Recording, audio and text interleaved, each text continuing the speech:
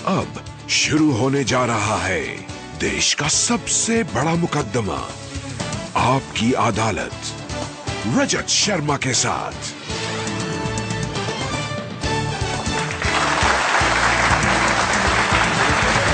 नमस्कार, आपकी अदालत में आपका स्वागत है। आपकी अदालत में हम बुलाते हैं आपके और हमारी दुनिया के बड़े लोगों को, ताकतवर लोगों को, ऐसे लोग जो जनता के लिए काम करते हैं और फिर जनता उनसे काम का हिसाब किताब लेना चाहती है। आज आपकी अदालत में एक नहीं दो मेहमान हैं। प्लीज वेलकम लोक जनशक्ति पार्टी के अध्यक्ष रामविलास पासवान,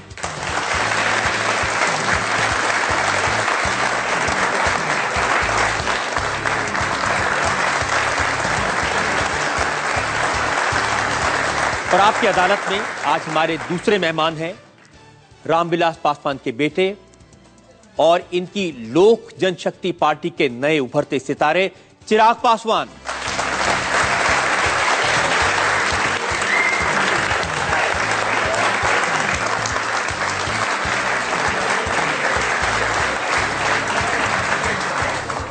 और आपकी अदालत में आज के इस खास मुकदमे के लिए जज के तौर पर हमें आमंत्रित किया है जाने माने पत्रकार विनोद शर्मा को। विनोद शर्मा,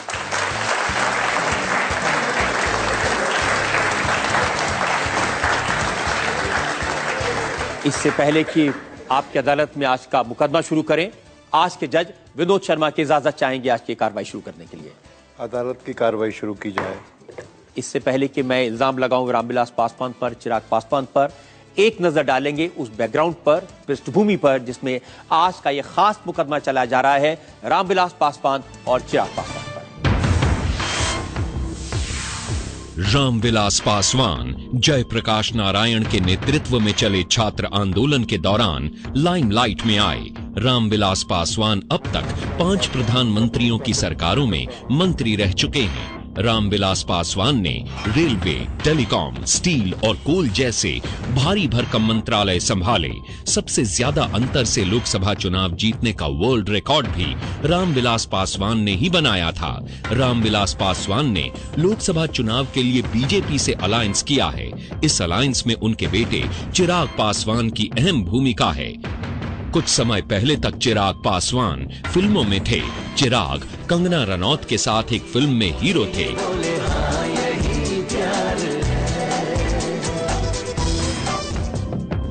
लेकिन पिछले साल चिराग पासवान को लोक जनशक्ति पार्टी के पार्लियामेंट्री बोर्ड का चेयरमैन बना दिया गया।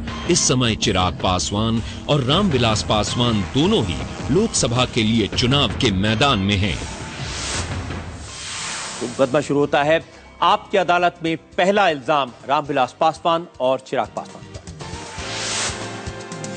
आपकी अदालत में लोक जनशक्ति पार्टी के नेता रामविलास पासवान और चिराग पासवान पर आरोप है कि ये मौका परस्त हैं।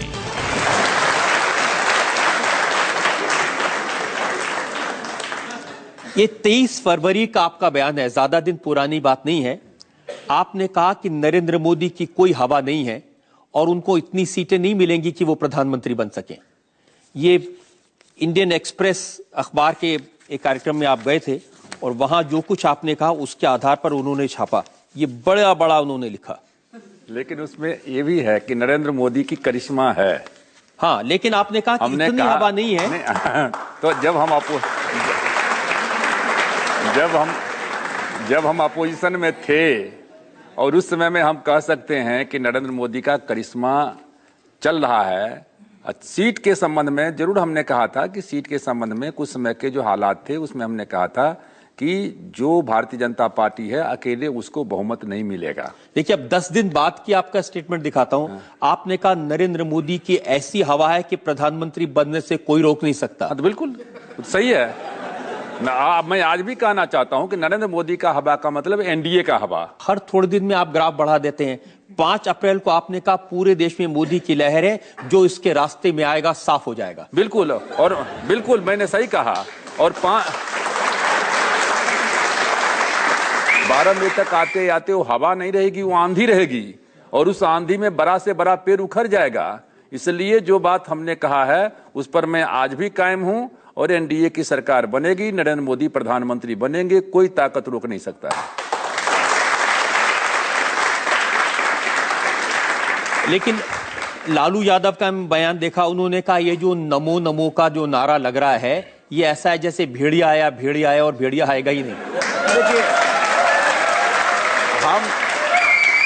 देखिए हम उस पर कोई कमेंट करना नहीं चाहेंगे। मैं आपसे एक ही चीज जानना चाहता हूं, आपके एनडीए में आने के बाद एक सिलसिला शुरू हो गया, लोग कांग्रेस छोड़ के, जेडीयू छोड़ के, अलग अलग पार्टियां छोड़ के शामिल हो रहे हैं एनडीए में जी।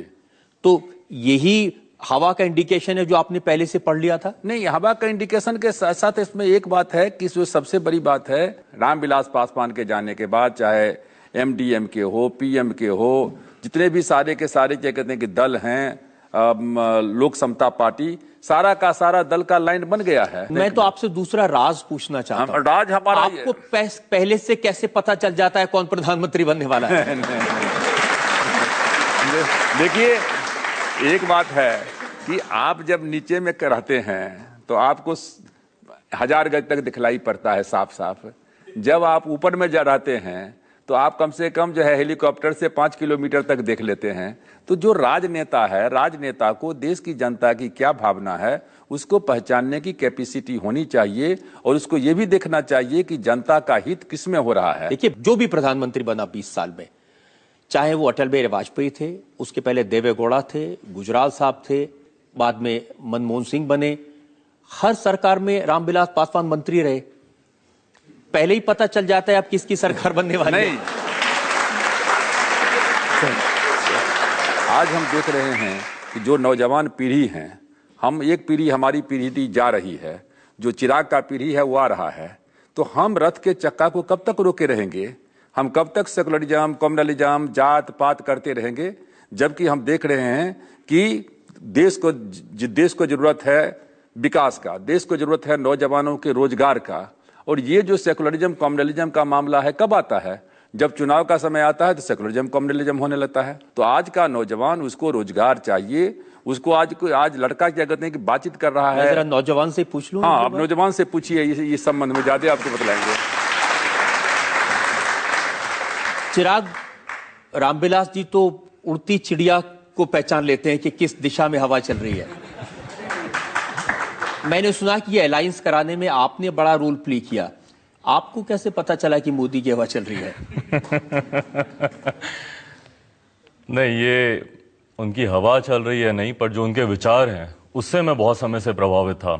हकीकत यही है, जैसा अभी पापा ने भी कहा, कि सेकुलरिज्म, कम्युनलिज्म आज की तारीख में जो मुद्दे बनाए जा रहे हैं, हम युवाओं से और यहाँ पे जितने भी युवा बैठे हैं वो सहमत होंगे इस बात से, हमारे लिए वो मुद्दा ही नहीं है। हमारे लिए आज की तारीख में सिर्फ और सिर्फ विकास चाहिए, हमें डेवलपमेंट चाहिए। आप हमें अच्छी शिक्षा दें, आप अच्छी हमें रोजगार दें और हमें हमारे प्रदेश में ही दें। आज की तारीख में ये हमारा सबसे बड़ा मुद्दा है। और पिछले वर्षों में जितने भी आप मोदी जी के बयान देखेंगे, मोदी जी के भाषण सुनेंगे, कहीं पे कोई कम्युनलिज्म की उसमें झलक नहीं दिखती है। आज की तारीख में सिर्फ और सिर्फ विकास की बात करते हैं। लेकिन मैं तो बात कर रहा हूं, चिराग, कम्युनलिज्म की बात भी मैं करूंगा, मैं अभी बात कर रहा हूं मौका परस्ती की। आपको लगा कि आप मोदी जी की हवा चल रही है, चलो इधर चल दो, छोड़ो कांग्रेस का साथ। देखिए, I won't shy away from the fact कि मेरा शुरू से एक झुकाव था।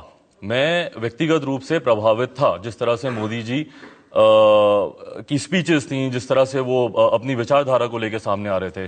और हकीकत ये भी है कि हमारी पार्टी के तमाम वरिष्ठ नेता एक सुर में ये चाहते थे, हमारे तमाम कैडर्स एक सुर में चाहते थे कि हम लोग बीजेपी के साथ जाएं, हम लोग एनडीए गठबंधन का हिस्सा बने। और मुझे खुशी है इस बात की कि हमारे राष्ट्रीय अध्यक्ष ने अपने व्यक्तिगत हित को अलग रखते हुए राष्ट्र हित में और पार्टी के हित में यह निर्णय लिया। जनता में से जो लोग सवाल पूछना चाहते हैं, जी आप यहाँ 3rd रो में। हाँ सर, क्या आप अपने आप को अवसरवादी नेता मानते हैं? अगर ऐसा नहीं है तो श्री नरेंद्र मोदी में ऐसा क्या परिवर्तन आ गया कि आपको कहना पड़ा कि आप मुझे अच्छे लगने लगे हैं? आज नरेंद्र मोदी मान लेते हैं किसी गांव के कस्बे में चले जाते हैं, 3 लाख की 4 लाख की भीड़ हो जाती है। ये कोई दूसरे नेता जाते हैं तो बैठाना पड़ता है कि बैठो बैठो बैठो बैठो बैठो बैठाना पड़ता है।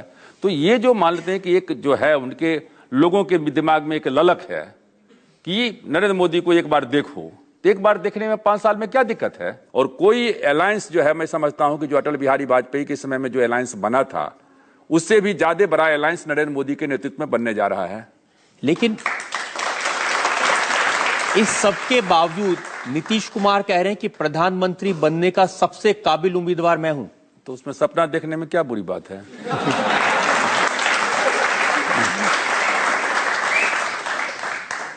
पासवान जी, बहुत लंबी फहरिस्त मेरे पास में है और चिराग से भी कुछ और सवाल ज्यादा पूछिए। आज चिराग का ही जो है, आज चिराग से ज्यादा पूछें। ठीक है, हम एक ब्रेक के रुकेंगे और ब्रेक के बाद आपकी अदालत में रामविलास पासवान और चिराग पासवान पर जनता के मुकदमे का एक और हम कोई ऐसा मौका आने नहीं देंगे जिसमें कि कहीं सेकुलरिज्म या सोशल जस्टिस के ऊपर में आंच भी आ सके, और जो है ये कॉमनल राइट्स फाइट तो बहुत दूर की बात है।